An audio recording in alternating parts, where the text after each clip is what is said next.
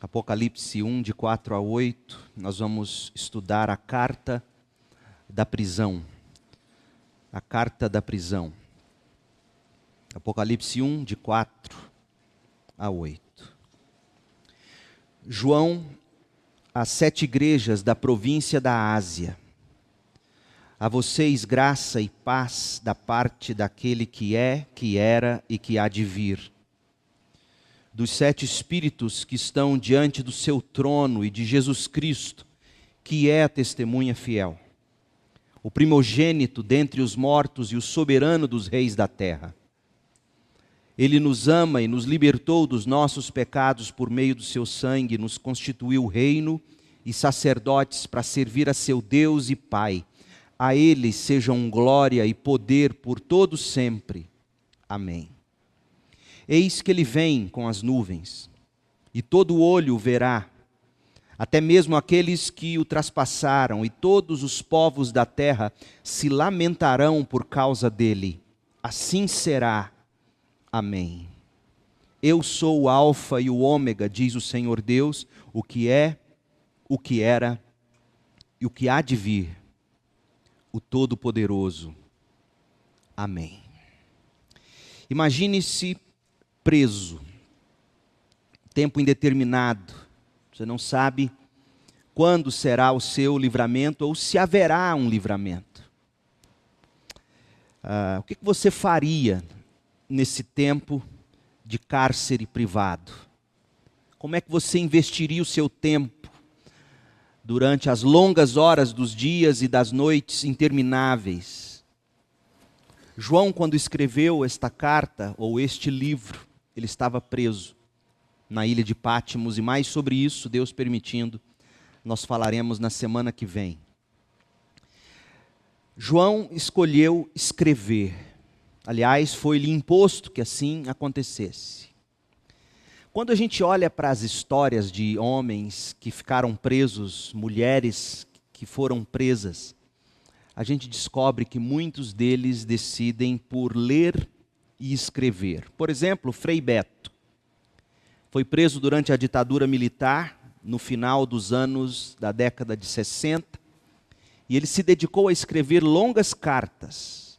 O período de 4 anos encarcerado rendeu a ele um livro intitulado Cartas da Prisão, de 1969 a 1973. No ano passado, ele deu uma entrevista ao jornal O Globo, e ele compartilhou o seguinte: apesar de todo o sofrimento, a prisão tem 2 coisas boas. Você pode falar mal do governo sem risco de ser preso. E tem tempo para escrever, disse ele. Por isso, no livro, há cartas tão longas, ele diz. E ele continua, segundo o psicanalista Hélio Pellegrino, um grande amigo, o que me salvou da loucura na prisão foi justamente a epistoloterapia. Epistoloterapia. Ou seja, a terapia que ele encontrou através da escrita de epístolas, de cartas.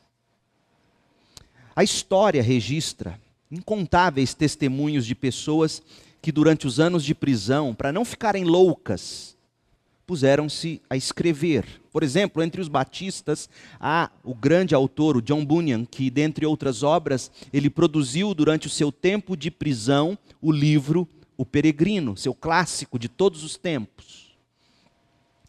Mas eu gosto de lembrar sempre de Dietrich Bonhoeffer, que foi preso na Alemanha nazista. E ele publicou obras e cartas que ainda hoje falam conosco de forma poderosa e poética. A editora Sinodal traduziu o trabalho dele chamado Resistência e Submissão, Cartas e Anotações da Prisão. Os editores, depois de escolherem minuciosamente quais anotações de Bonhoeffer iriam para o livro, quais cartas iriam para o livro, impressionados com tudo que eles leram, comentaram o seguinte: a prisão, lugar de isolamento, significou para Dietrich Bonhoeffer separação da família, de pai e mãe, irmãos e irmãs, sobrinhos, separação dos amigos, dos irmãos da igreja e dos companheiros de conspiração. Porque eles conspiravam contra a igreja guiada por Hitler. Continua o editor: separação do trabalho com as igrejas e dos manuscritos para o próximo livro. Dietrich Bonhoeffer, quando foi preso, estava escrevendo um livro cujo título é Ética. Por fim, separação também da jovem noiva que ele, há bem pouco tempo, havia conquistado, e isso ainda antes que tivessem tido a possibilidade de tornarem-se mais íntimos. Prisão significa, como Dietrich anotou num bilhete, 1 mês após a sua detenção, ele disse assim, ele descreve o que significa viver preso. Abre aspas. Continuidade com o passado e com o futuro interrompida. O seu passado se desconecta do seu futuro durante o tempo de prisão. E Bonhoeffer diz, para mim, o confronto com o passado, a tentativa de tê-lo de volta, de rever o meu passado, principalmente o temor de perder o que eu vivi, é a música de fundo, quase cotidiana, da minha vida na prisão. O que é que Dietrich Bonhoeffer decidiu fazer enquanto preso? Ele escreveu. E olha qual era o propósito dele quando escreveu. Tudo com vistas à geração vindoura. Lembra que ele disse que preso é como se tivesse interrompido a conexão entre passado e futuro, e a forma dele conectar isso, ele encontrou através de suas escritas. Tudo com vistas à geração vindoura, como trabalho em favor de um futuro melhor, a serviço do futuro da igreja. Fecha aspas. As prisões produziram algumas das melhores cartas de que a história tem conhecimento, gente. Dentre todas elas, as mais especiais são as do apóstolo Paulo, que escreveu cartas da prisão. Efésios, Filipenses, Colossenses, Filemão, 2 Timóteo. Cartas que ele produziu enquanto preso. Pare e pense por um instante, se ele não tivesse sido preso, nós não teríamos esses tesouros. Paulo, o prisioneiro de Cristo, como ele gostava de se autodescrever, deixou para nós esses documentos de valores inestimáveis.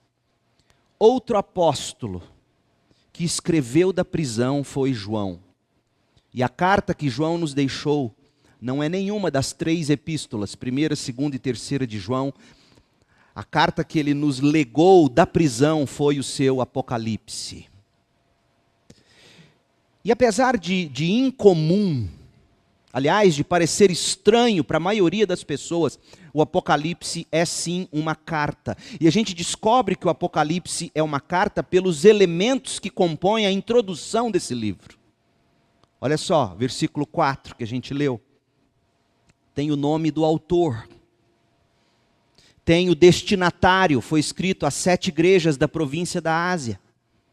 Tem uma saudação inicial, tem uma bênção apostólica. A vocês, graça e paz da parte daquele, e aí vem a bênção. Se você for lá para o final do livro, no capítulo 22, verso 21, você vai ver que existe uma conclusão para essa carta. A graça do Senhor Jesus sejam com todos. Amém. É uma carta o Apocalipse. Uma carta cheia de visões, profecias, imagens e vozes, mas é uma carta. A estranheza que hoje nós sentimos quando lemos esta carta não era nem de perto o sentimento experimentado pelos primeiros cristãos da província da Ásia Menor. Quando eles leram esta carta, entre aspas, esquisita de João, aqueles primeiros cristãos, eles saciaram a garganta sedenta com a água fresca da revelação divina. Sabe o que Salomão falou sobre carta? Provérbios 25, 25. Salomão disse assim: como água fresca para a garganta sedenta, é a boa notícia que chega de uma terra distante. quando os primeiros leitores do Apocalipse receberam esta carta, é como se eles estivessem recebendo água fresca para as almas secas de tanta perseguição e de tanto sofrimento. Quando eles leem aqui os primeiros versículos, já na saudação, os destinatários desta carta, aqueles que receberam esta carta, eles já provaram do que João queria abrir diante dos olhos deles, descortinar diante deles, revelar com detalhes para eles ao longo dos 22 capítulos deste livro. Nos primeiros versos, esses homens e mulheres que ouviram a leitura desta carta já começaram a bebericar, a provar o frescor que estava por vir na medida que eles fossem prosseguindo com a leitura do livro. O texto que nós lemos no início, Apocalipse 1, de 4 a 8, se você ler o subtítulo que está aí na sua Bíblia, algumas Bíblias vão chamar esse texto de saudação e doxologia, saudação e cântico e expressão de louvor. Doxologia, palavra que atribui glória, ou seja, um pequeno cântico de louvor. Então, algumas traduções chamam esse trecho de saudação, doxologia. Outras Bíblias chamam de dedicação às 7 igrejas. Mas sabe como é que funcionava essas introduções? Preste bem atenção. As pessoas sempre foram muito didáticas na arte de escrever. E essas introduções, essas dedicações, essas saudações funcionaram e ainda funcionam muito bem como um roteiro para o que vem a seguir na carta. Assim como Paulo, muitas das cartas de Paulo, já na introdução, você tem o resumo de Paulo para o restante da carta. Gálatas, no início dela. Romanos, no início dela. O propósito de Paulo aos Romanos é mostrar que ele crê no poder do Evangelho para salvar tanto judeu quanto gentil. E de forma muito hábil, ele já vai definindo na introdução, na apresentação, a gente sabe o que ele vai discorrer ao longo da carta. Então, quando os primeiros crentes leram ou ouviram esta carta do Apocalipse sendo lida, no verso 8, eles já entendiam o que viria a seguir. Essa introdução que nós lemos é uma prévia da água fresca, da boa notícia que chega da terra distante, da presença de Deus, para refrescar a garganta ressecada pelo sofrimento. Gente, o Apocalipse é para gente que está sofrendo. Quando eles chegam em Apocalipse 1:8, eles já estão radiantes, porque eles já haviam compreendido do que se tratava esta carta, eles já tinham entendido o roteiro desta carta, o script desse filme. Vimos os 3 primeiros versos na semana passada. E reveja comigo para você entender o poder disso na mente de quem está ouvindo tudo aqui. Gente sofredora, gente perseguida. Nós vimos que nos 3 primeiros versículos eles já souberam que o livro se trata de uma revelação de Jesus Cristo, vinda do próprio Deus, através de um anjo a João, que repassou aos servos sofredores do Senhor. Nos versos 1, 2 e 3, eles leram que Deus é soberano sobre todos os acontecimentos da história. Nada do que aconteceu, acontecia e ainda aconteceria fugiam dos decretos soberanos e salvíficos de Deus. Deus tinha domínio sobre o sofrimento deles. Como isso é importante na hora que bate o sofrimento, gente. Já disse para vocês, Spurgeon, atolado em depressão, ele disse o que sempre me arrancou do profundo poço da depressão foi saber que Deus é soberano sobre o meu sofrimento. E aí estão esses aqui, ouvindo essa carta. Sabem que se trata de uma revelação do Cristo. Leram que Deus é soberano sobre tudo e sobre todos. Foram instruídos de que se lessem, compreendessem e praticassem as palavras desse livro, eles seriam bem-aventurados.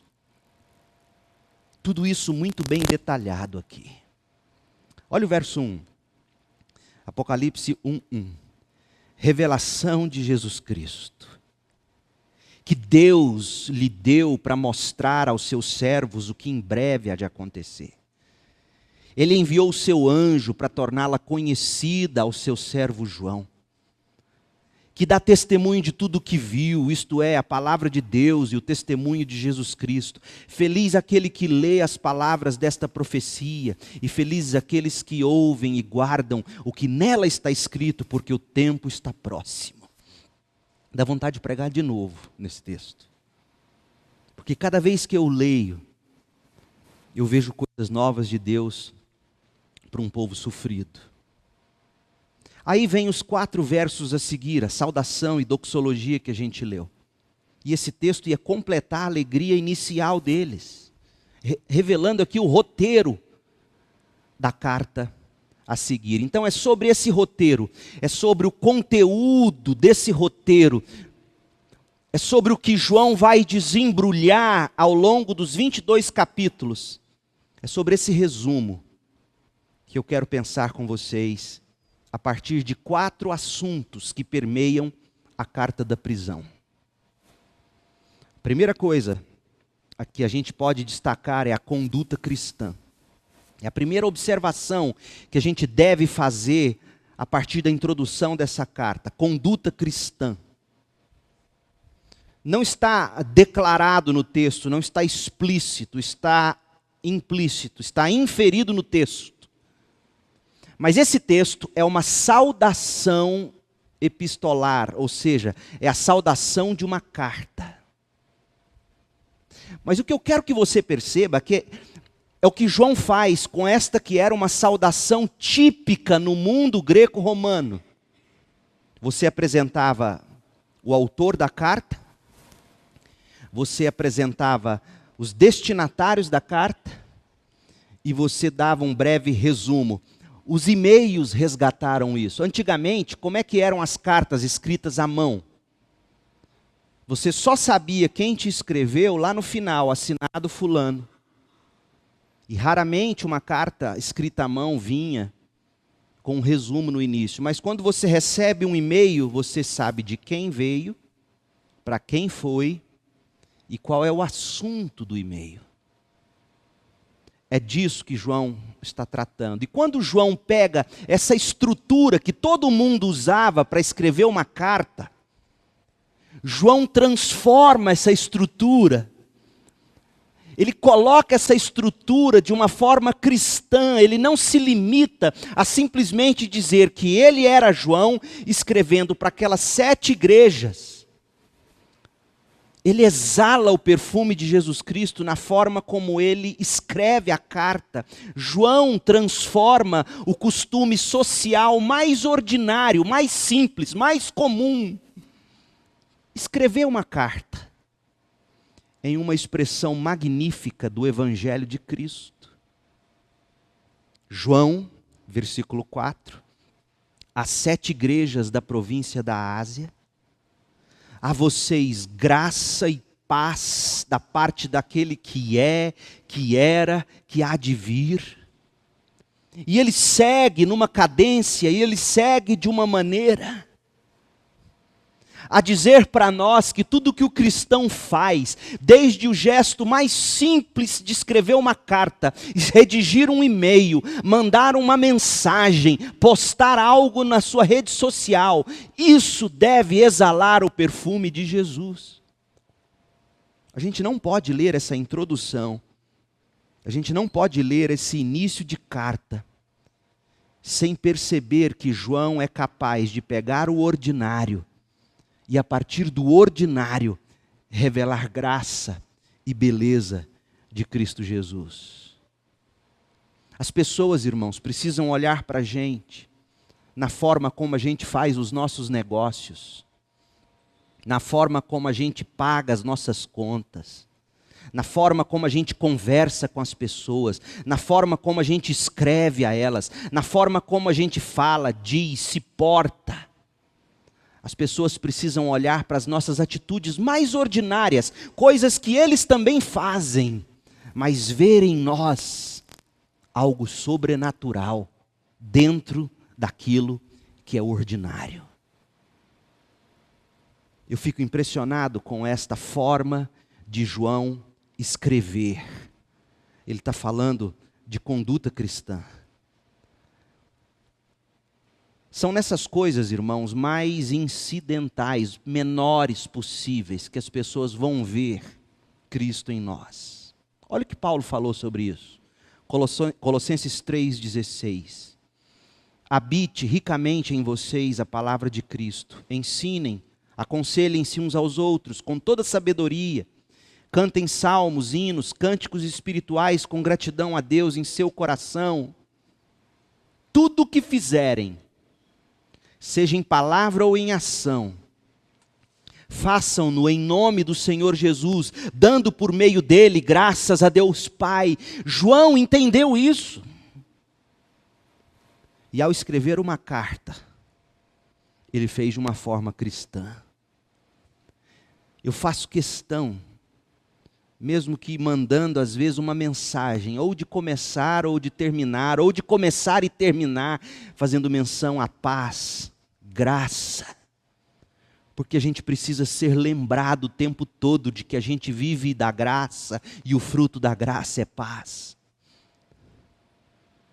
João está nos ensinando que nós devemos ser homens e mulheres que exalam o bom perfume de Cristo, na hora de prescrever uma receita para o paciente, na hora de aplicar uma anestesia nele, na hora de vender um carro para ele, na hora de passar as roupas dele, na hora de cuidar dos filhos dos outros. As pessoas precisam ver em nós Cristo. Cuidado, serviço, afeto, carinho, fazer o bem sem olhar a quem, para a glória do Senhor.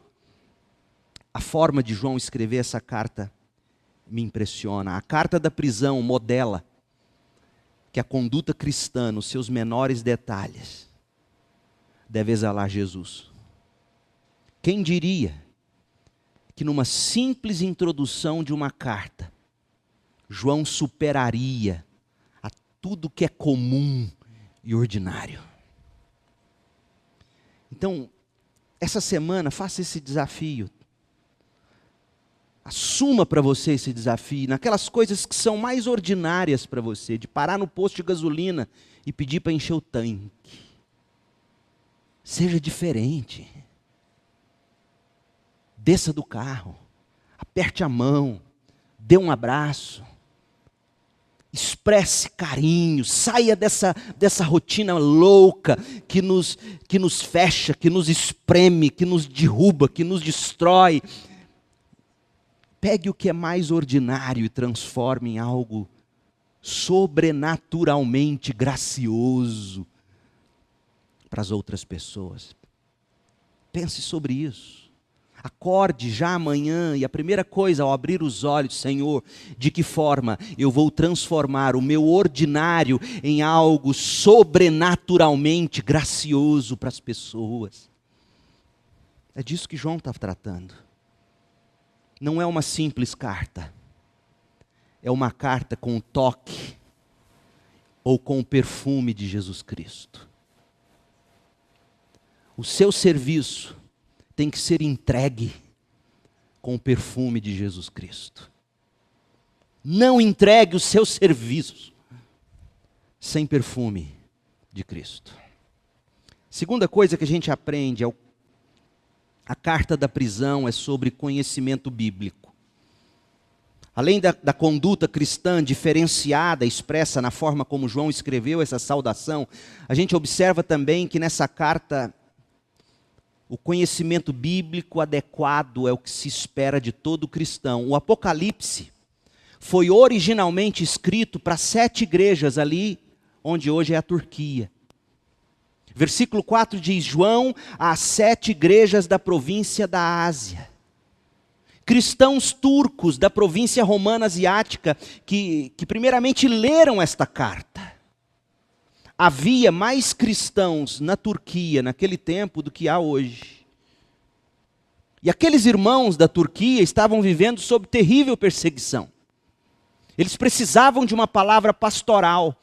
E João escolhe estas 7 igrejas. Éfeso, está lá no verso 11. Éfeso, Esmirna, Pérgamo, Tiatira, Sardes, Filadélfia, Laodiceia. Havia outras igrejas na região, existia naquela região Colosso, Hierápolis, Troade, Magnésia, Trales. Existia outras cidades e outras igrejas, mas João escolhe essas 7. E por que ele escolhe essas 7? E aqui eu vou ler o comentário de um homem chamado George Eldon Ladd, que é muito sóbrio sobre o Apocalipse. Ele diz assim: não há nenhuma indicação nas 7 igrejas que elas representem 7 períodos sucessivos da história da igreja. Mas 7 era um dos números favoritos de João e parece ter sido símbolo de plenitude, de se estar completo. João escolheu estas 7 igrejas que ele conhecia bem, para que elas servissem de representantes da igreja toda, em todos os tempos. Irmãos, esta carta é uma carta para todas as igrejas. Como nós veremos quando chegarmos lá nos capítulos 2 e 3, e cada uma delas vai com uma nota especial, particular. Um PS, um postscript. Sabe quando você recebe algum texto, alguma carta, tem lá PS? Ou seja, aquele é um toque personalizado para você. Algo que foi pensado depois que se escreveu.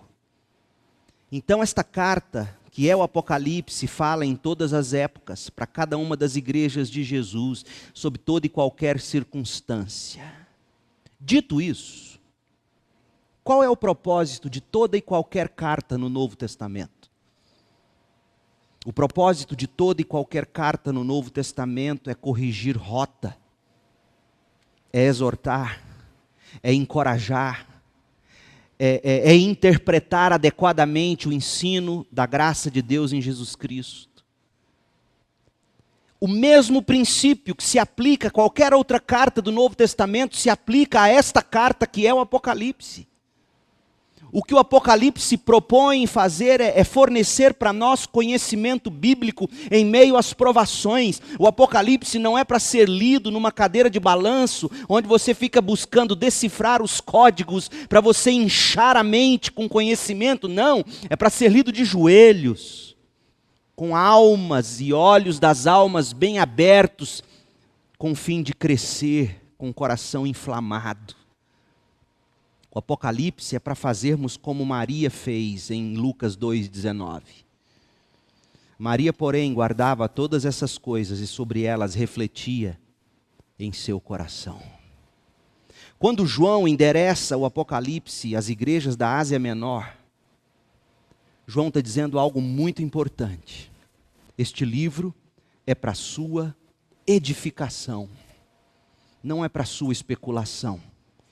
Esse livro é para promover em vocês esperança, não é para provocar confusão. Esse livro é para aprofundar o conhecimento bíblico, não é para especular sobre o final dos tempos. Leia de novo o texto. Verso 3.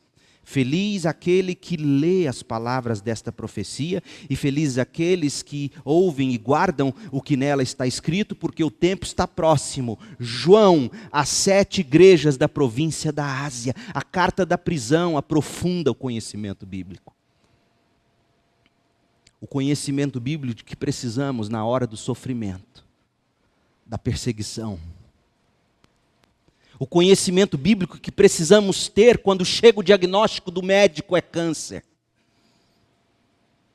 O conhecimento bíblico que precisamos ter quando alguém vem e persegue a gente, faz maldade contra a gente, pelo simples fato de que somos crentes. Que tipo de conhecimento bíblico você e eu precisamos ter na hora em que as taças da ira de Deus estão sendo derramadas, na hora que as trombetas do sofrimento estão sendo tocadas, no momento em que os selos da história estão sendo abertos e coisas boas e ruins acontecem com o povo de Deus? Que tipo de conhecimento a gente tem que ter para a gente poder colocar em prática? É disso que trata o Apocalipse. É para aprofundar o nosso conhecimento em Deus. Terceiro, A gente viu que o estilo dessa introdução revela como deve ser a nossa conduta. Em tudo que fazemos, desde o simples ato de escrever uma carta, a gente tem que exalar o perfume de Jesus. Os destinatários revelam que, por ser uma carta destinada a determinadas igrejas, representando todas em todos os tempos, como toda carta, a gente tem que buscar conhecimento que nos faça crescer. Mas há algo mais revelado aqui. O cuidado divino. A carta revela o cuidado de Deus. Note bem o seguinte: a saudação de João carrega uma bênção que vem do conselho da Trindade. Pai, Filho e Espírito Santo. Olha o que ele diz. E eu quero que você perceba o cuidado divino nesta saudação trinitária. Verso 4. A vocês, graça e paz da parte daquele que é, que era e que há de vir. Dos 7 Espíritos que estão diante do seu trono e de Jesus Cristo, que é a testemunha fiel, o primogênito dentre os mortos e o soberano dos reis da terra. Aonde está o cuidado divino nesta declaração, gente?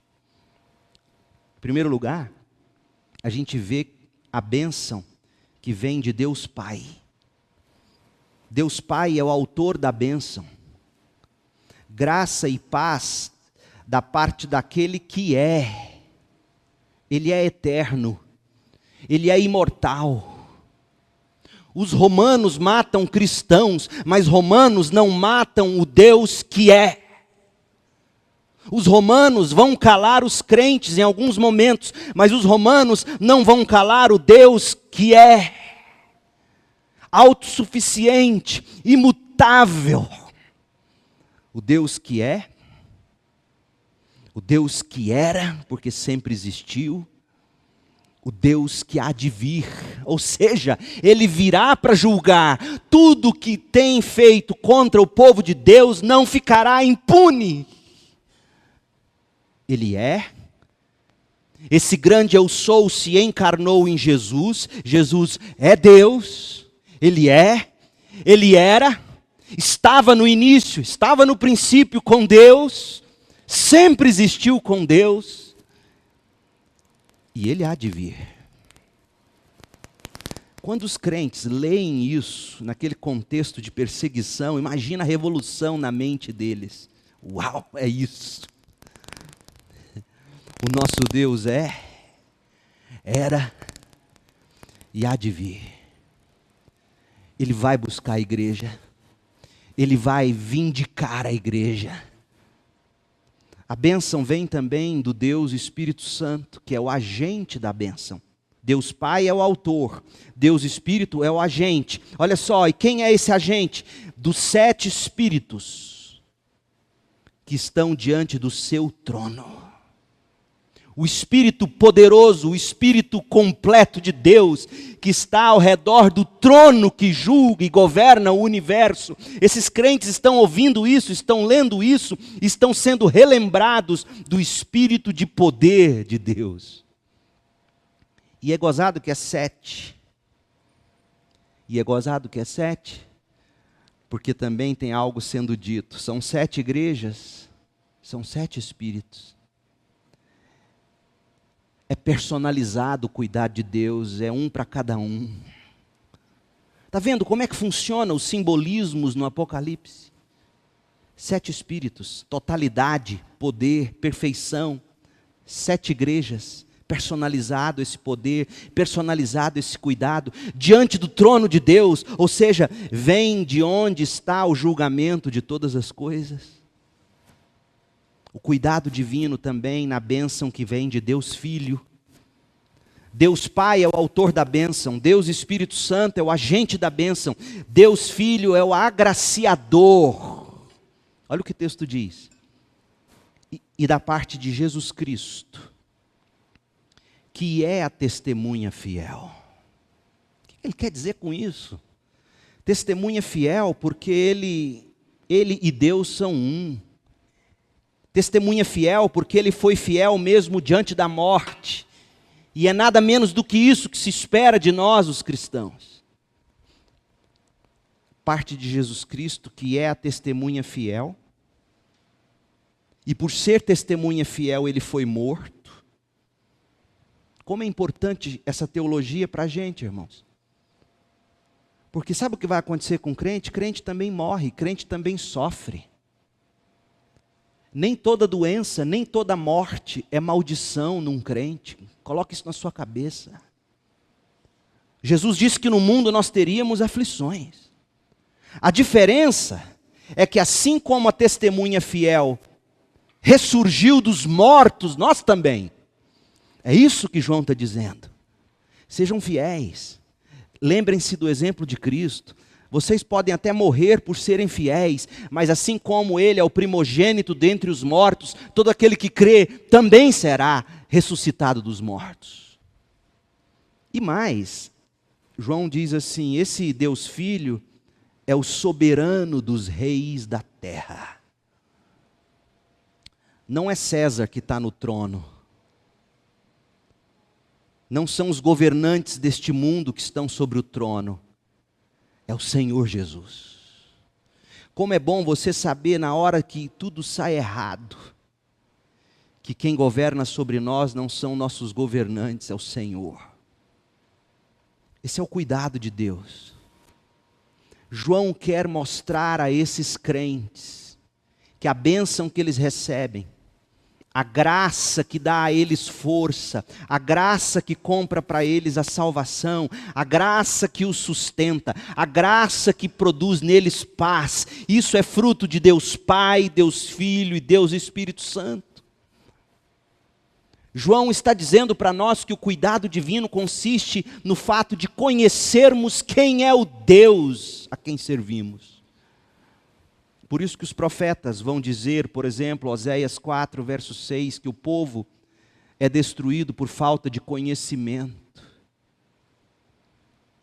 O povo que não conhece o seu Deus enfraquece e morre. Oséias 4, 6, meu povo foi destruído por falta de conhecimento, uma vez que vocês rejeitaram o conhecimento, eu também os rejeito como meus sacerdotes, uma vez que vocês ignoraram a lei do seu Deus, eu também ignorarei seus filhos.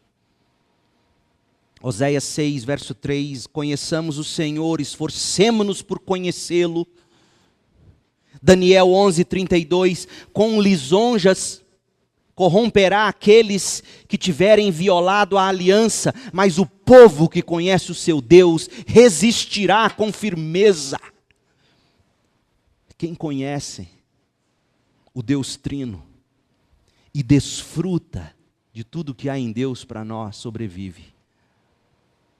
E João mostrou isso. Da parte daquele que é, que era, que há de vir, dos 7 espíritos que estão diante do trono, e de Jesus Cristo, que é a testemunha fiel, o primogênito dentre os mortos, o soberano dos reis da terra.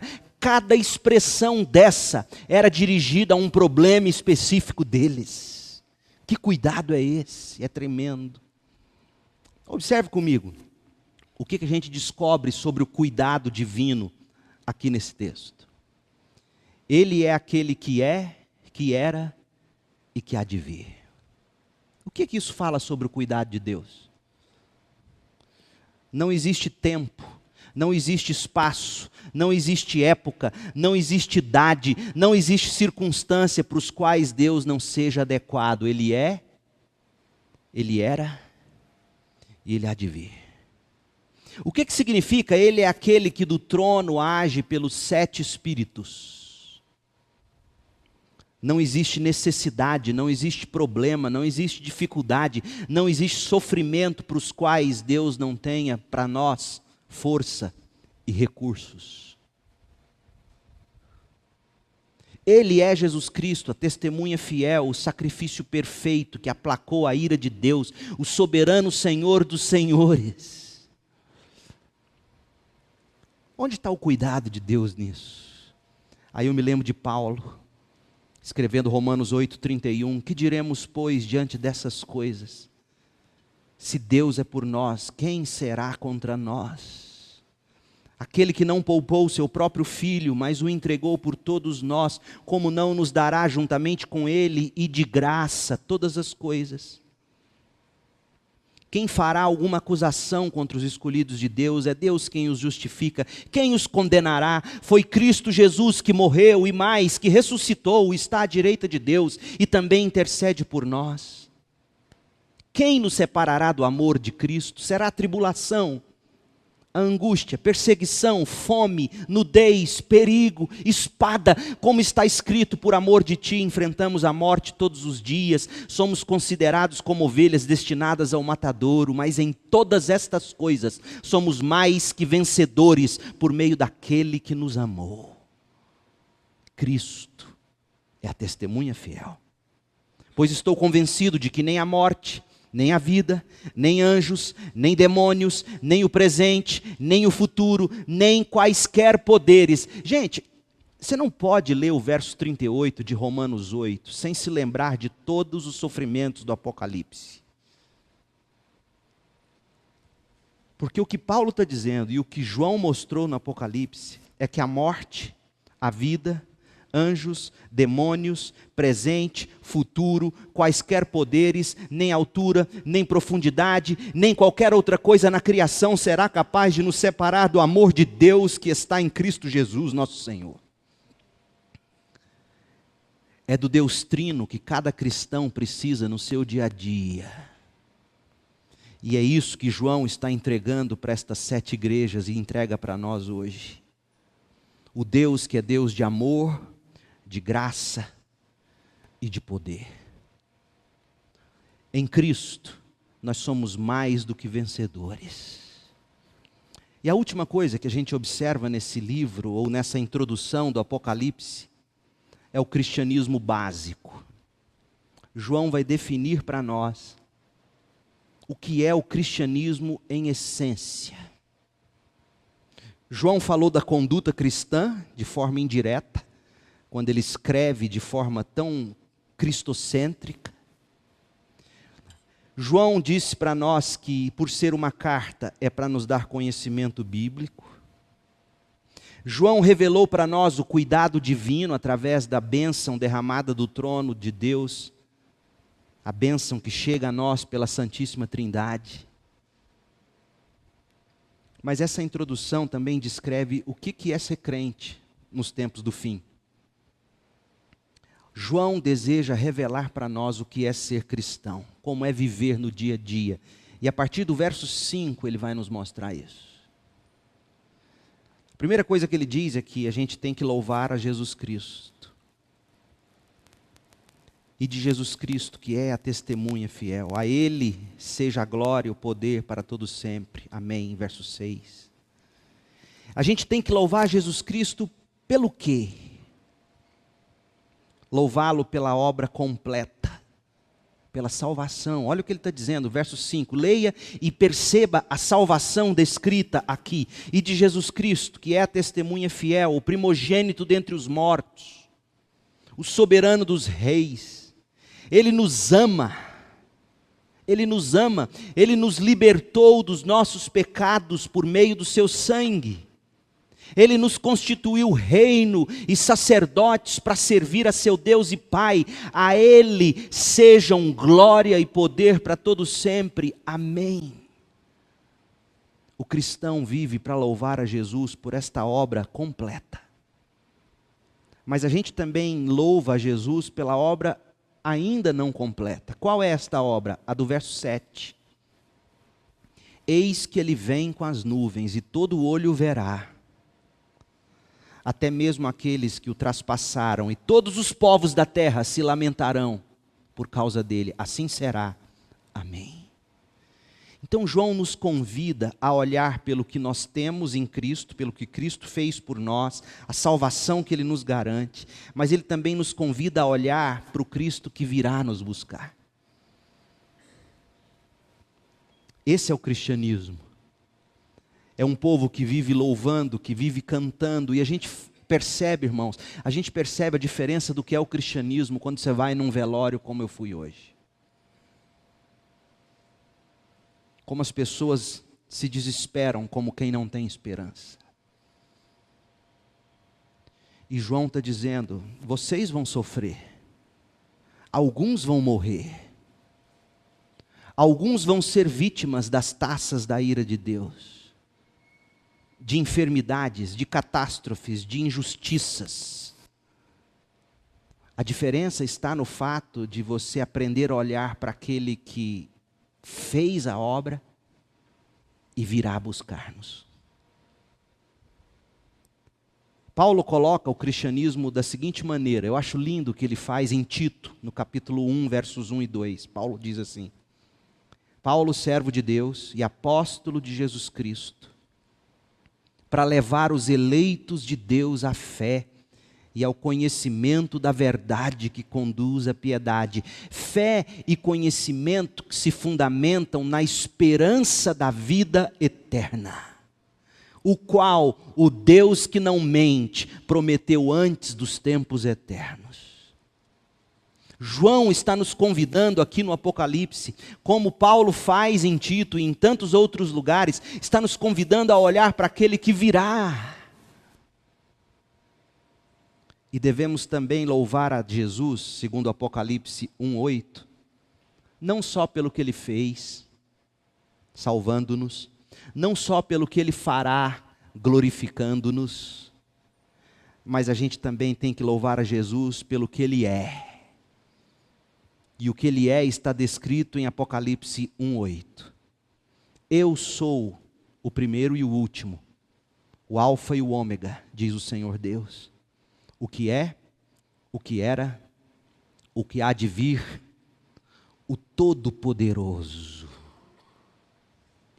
Irmãos, João está trazendo à memória a grande lição que Moisés aprendeu na sarça ardente.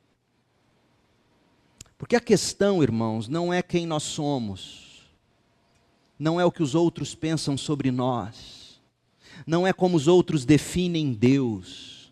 A questão é sempre quem é Deus.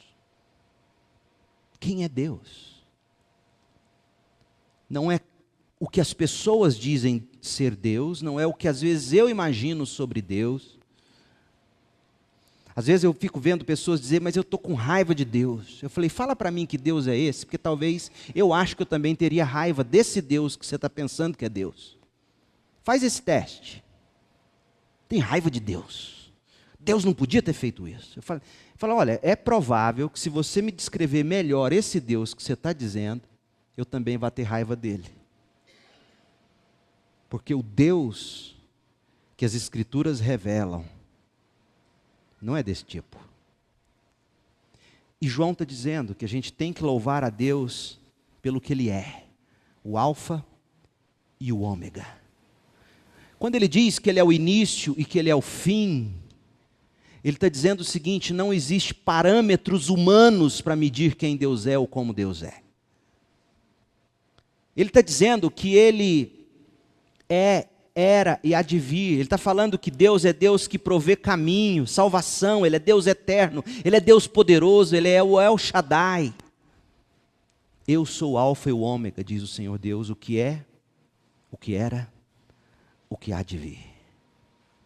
Gente, quantas pessoas por aí quebradas, manipuladas, enganadas pelo pecado, precisando de um Deus salvador, esse que João revela, precisando de um Deus único, singular, diferente de tudo que a gente consegue imaginar, é o que João revela. Um Deus que é sustentador, é esse, o Todo-Poderoso, que caminha conosco no meio das tribulações. O que você diz para uma mãe desesperada que perde um filho de 27 anos, com 3 criancinhas? O que você diz? E aí eu chego lá, a esposa, a viúva, menina, novinha, vira para mim e fala, pastor, desse jeito, fala alguma coisa, canta um hino. Eu falei, meu Deus, eu cantando? Aí eu comecei a remoer, falei, Deus, o que eu falo? Porque você tem que ser verdadeiro, mas você não pode perder a graça e a doçura. E aí na hora me veio a seguinte lembrança: Deus não nos prometeu que nós não teríamos dificuldades, mas Ele nos prometeu que se tivéssemos bom ânimo, nós venceríamos esse mundo cruel.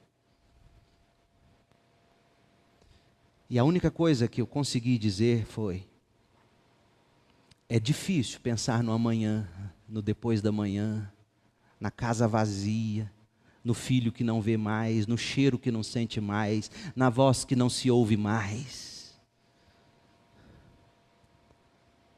Mas amanhã cedo, ao acordarmos, nós teremos graça suficiente para viver o amanhã. E amanhã à noite, a graça para viver o amanhã vai estar chegando no fim, e a gente vai pensar assim: depois de amanhã eu não consigo viver. Aí a gente dorme e acorda, e a graça se renove para depois de amanhã. Isso Deus prometeu.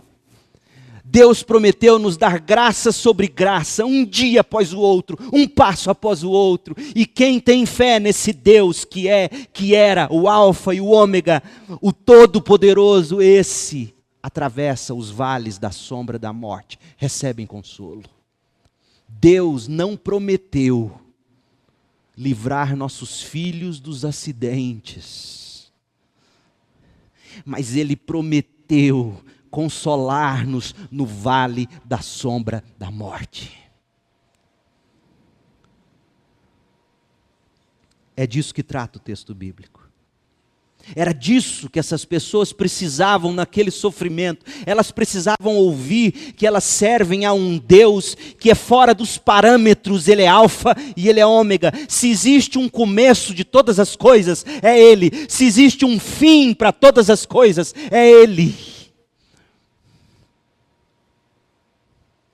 E se a gente tiver que viver de cabeça erguida, é na força que Ele dá. Então esta é a carta, e é disso que João vai falar, e ele vai desembrulhar tudo isso. E aqui, irmãos, a cada mensagem nessa introdução, eu vou me contendo para não falar o que ainda virá. Porque cada detalhe desse, João agora ele vai desembrulhar e vai colocar numa proporção enorme.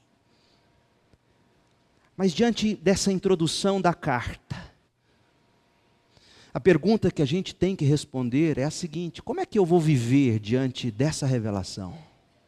Como é que vai ser minha conduta? O que eu vou fazer com o conhecimento desse Deus?